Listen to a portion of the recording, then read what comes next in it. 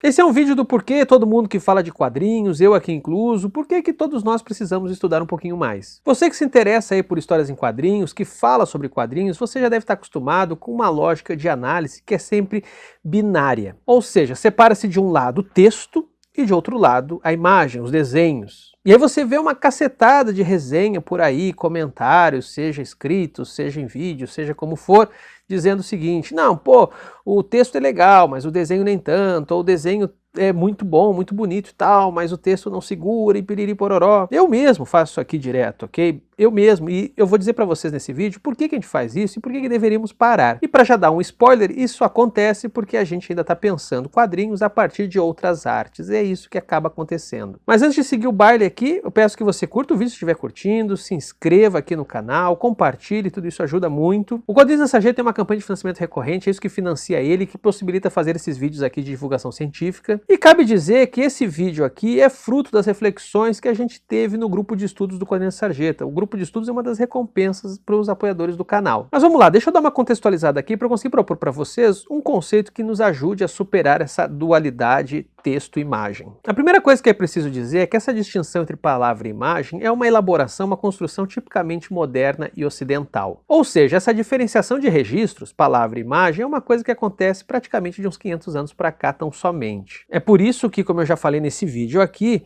os quadrinhos guardam muita semelhança com a arte medieval, que era quando essa distinção ainda não estava posta nesses termos que temos hoje. Quanto a isso, eu recomendo um texto muito bom chamado Isto Não é um Cachimbo, do Michel Foucault, e aliás, todas as referências eu vou deixar aqui na descrição do vídeo. Porém, o que mais nos interessa aqui é quando se passa a pensar a distinção palavra e imagem no campo das artes. E aí, galera, é o seguinte, esse sistema das belas artes, que aglutina as diferentes formas de arte, esse sistema tem uns 200 anos. Parece muito, porque nós não vivemos 200 anos, mas na verdade é algo muito recente. Foi só no século XVIII que essa noção de belas artes passou a ser elaborada. Foi somente aí que diferentes formas de arte, como música, literatura, pintura, passaram a ser aglutinadas, passaram a ocupar a mesma esfera. Só para vocês terem uma ideia, a música era algo muito mais próximo da matemática, e a literatura estava se constituindo como campo justamente ali no século XVIII, com a explosão do romance. E esse sistema das belas artes nasce a partir de certas concepções teóricas, a partir de certas noções que dão para ele critérios um tanto objetivos, ou supostamente objetivos, de análise das obras de arte. Uma obra bastante significativa nesse período é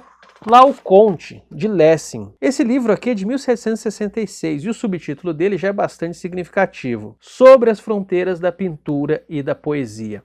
É aqui que surge uma distinção que depois vai ser tremendamente perpetuada, de separação entre as artes temporais e as artes espaciais. A poesia é uma arte temporal, porque ela está ligada a algo que decorre no tempo, enquanto que a pintura é uma arte espacial, porque ela, como uma tela, ocupa o espaço. Não dá para jogar tudo nas costas de Lessing, mas dá para dizer o seguinte, que foram essas concepções um tanto binárias que acabaram fazendo com que depois, quando os quadrinhos surgissem, eles não tivessem muito espaço para serem pensados como arte. E cabe ressaltar aqui que os quadrinhos não serem pensados como arte não foi unicamente por causa disso, mas a falta de um amparo teórico com certeza favoreceu. Seja como for, a partir dos anos 60 do século XX, os quadrinhos começaram a ser abraçados mais sistematicamente pelo meio acadêmico. Isso fez não só que fãs, mas também pessoas como um todo começassem a querer analisar os quadrinhos, pensar eles com mais profundidade, enfim, levar a sério esse papo de gibi. E daí a gente chega nos dias de hoje, em que há uma trajetória que faz com que a gente replique essa série de ferramentas que foram construídas lá atrás. Entre elas, bem, essa tão comum nas análises de gibi que a gente vê por aí: separar as coisas entre texto e imagem, entre espacial e temporal. E tudo isso por quê?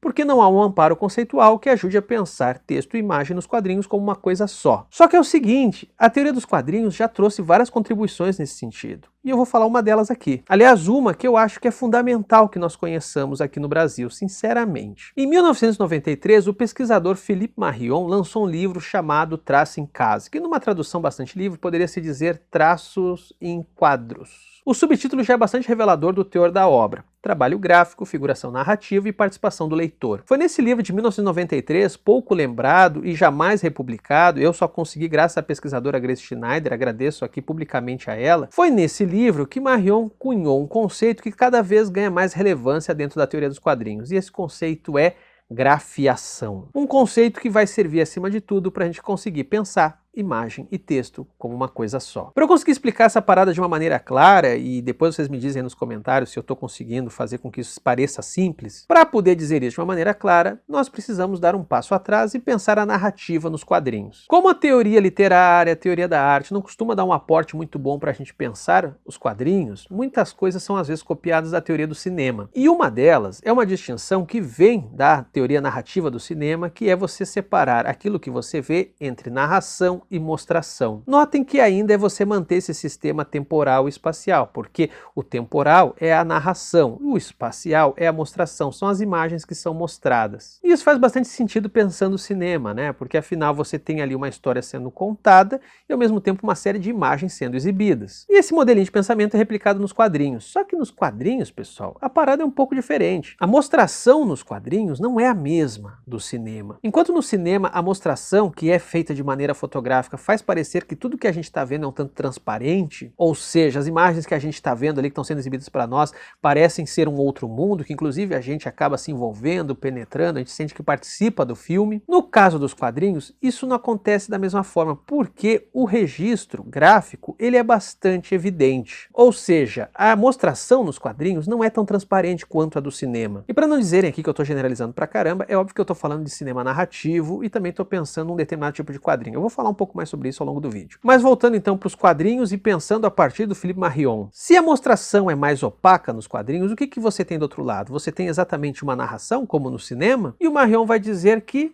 não é bem assim. Vamos lá, vamos tentar deixar isso claro. Eu tô sentindo que não vai ficar, não tem como. Mas olha só, vamos olhar esse desenho aqui. Em cima nós temos a narrativa dos quadrinhos e embaixo nós temos um desdobramento. De um lado essa mostração que é mais opaca e do outro lado a tão falada e querida, anunciada grafiação. Por que entrou uma grafiação aqui? O que isso quer dizer? É que é o seguinte, justamente pela mostração ser mais opaca, do outro lado nós temos todo tipo de registro, todo tipo de traço que faz parte de uma história em quadrinhos. Isso contempla desenho, isso contempla texto, isso contempla inclusive todos os tipos de grafismo, todos os tipos de registros que às vezes ficam no meio do caminho dessas duas coisas. Obviamente eu estou resumindo aqui, mas o que eu estou tentando aqui falar para vocês é que tem uma sacada muito boa nessa noção de grafiação. Porque o que o Marion está mostrando o tempo todo é que existe nos quadrinhos um registro que é de indiferenciação ou mesmo de hesitação de passagem entre imagem e texto. Ora, a imagem acaba nos aproximando do texto na medida em que ela acaba sendo extremamente arbitrária na sua produção de sentido, como por exemplo o contorno de um balão. Afinal, se o balão é ondulado, isso é um pensamento, se ele é pontiagudo, isso é um grito, etc, etc. Ora, isso acontece também na passagem do texto para a imagem, como no caso das onomatopeias, onde elas são desenhadas de tal forma onde não só apenas o que está escrito, mas a forma que isso está escrito também tem todo um poder. É por isso que eu insisto que essa distinção ela é extremamente ocidental, porque basta você olhar para um mangá, meu amigo, que você vai entender muito claramente o que eu estou falando aqui. A onomatopeia no mangá é texto ou é imagem? Inclusive certos grafismos no mangá, como uma gota escorrendo do lado, acaba assumindo o poder como se fosse praticamente um ideograma. Só que assim, ó, os quadrinhos ocidentais também são muito bem resolvidos, eles só não têm repertório conceitual para poder pensar o que eles próprios estão fazendo. Por isso que isso é um problema tipicamente nosso, de analistas de quadrinhos, de quem está querendo falar sobre quadrinhos. O Philippe Marion tem todo um amparo na psicanálise e ele usa isso também para tentar delimitar melhor o que é essa grafiação. E para poder fazer isso ele acaba produzindo um conceito derivado, que é o do grafiautor. O que é grafiautor? Tá começando a ficar cada vez mais maluco, né? Grafiautor não é exatamente o cara que fez os quadrinhos, não é exatamente o autor, e sim aquela pessoa, muitas vezes imaginária, muitas vezes abstrata, que nós, leitores, nos identificamos. É a partir da narrativa das histórias em quadrinhos, é a partir do enredo ali da história mesmo que a gente está acompanhando, que a gente identifica ali a presença de alguém, a presença de um ponto de vista, a presença de uma assinatura, de um traço, e traço aqui num sentido bastante amplo, que não se limita somente ao desenho, não está falando só de estilo. Traço é um registro, uma inscrição de determinado autor numa narrativa. No traço também é uma singularidade, alguma coisa que faz com que um quadrinho não seja igual a outro. E é por isso que a gente consegue, portanto, identificar uma certa autoria, seja ela individual, seja ela coletiva. Por isso que o grafiautor não é uma pessoa só. O grafiautor de um gibi pode ser 6 pessoas, 7 pessoas. E o Philippe Marion vai dizer que nós nos identificamos com o grafiautor. A palavra identificação aqui é bastante importante para entender esse esquema aqui do Marion, porque no entendimento dele, essa aproximação com o grafiautor se dá a partir de uma espécie de retorno a uma cena primitiva. Agora sim, agora não dá para entender mais nada, né? Agora já era. Lembra que eu falei que ele bebe na psicanálise? Deixa eu explicar isso melhor. O que o Marion está dizendo é que nós temos uma identificação com o grafia-autor porque na grafiação a gente retorna à nossa mais tenra infância. Aquele momento onde todos nós nos expressávamos nessa zona de diferenciação entre o texto e a imagem. Quem tem criança pequena em casa sabe muito bem do que eu estou falando. A criança desenvolve o seu traçar o mundo, o seu dar formas ao mundo a partir de um lugar completamente indistinto entre imagem e palavra. O desenho da criança é tão icônico no sentido de conseguir figurar o mundo, como também é muito simbólico, ou seja, ele apela para formas extremamente arbitrárias que só fazem sentido muitas vezes na cabeça da própria criança. Então o que o Marion está dizendo, e inclusive justificando esse interesse tão comum de crianças por história em quadrinhos, o que ele está falando é que existe aí uma espécie de processo psíquico que faz com que todos nós nos liguemos às histórias em quadrinhos a partir desse retorno, a partir dessa identificação pela grafiação no grafia-autor. E esse processo consegue contornar, ainda que parcialmente, todas essas convenções que a gente acaba depois sendo educado, principalmente aqui no Ocidente, de distinção entre palavra e imagem. Em resumo, a grafiação explica por que nós conseguimos nos quadrinhos tão tranquilamente transitar entre palavra e imagem, mas na hora de falar sobre isso a gente não tem repertório conceitual. A razão disso, na teoria do Marion, seria de que, bem, a grafiação sempre está ali acionando, nós temos essa identificação com o grafia-autor, portanto a gente consegue sim contornar tranquilamente essa distinção entre palavra e imagem. Só que a gente não tem conceitos para isso, por isso que é preciso inventar um. Grafiação. Um dos críticos desse conceito aí do Philippe Marion é Ian Battens, pesquisador também de histórias em quadrinhos. Ele tem vários artigos, tanto em francês quanto em inglês, comentando e procurando avançar nesse conceito de grafiação. Recomendo um que está nesse livro aqui, The Language of Comics, Word and Image. Aqui o Ian Battens não só consegue sintetizar, resumir toda essa teoria da grafiação, como eu também tentei aqui, e aqui ele sugere melhorias, reparos no conceito de grafiação, mas não descarte, porque ele vê nesse conceito algo muito bom. Onde ele tenta contribuir nessa parada é questionando, colocando em xeque algumas premissas aí da grafiação que são tanto problemáticas. Primeiro porque essa noção de grafiação e seu derivado grafia-autor, por mais que contemple obras que são de múltiplos autores, ela acaba hipervalorizando o autor único, o autor total. Acaba dando a ele uma espécie de sobreimportância por ser ele que consegue aglutinar texto e imagem e produzir ali um único ponto de vista. E um segundo ponto que Ian Battens acaba batendo e acaba se tornando o principal conceito em disputa para tentar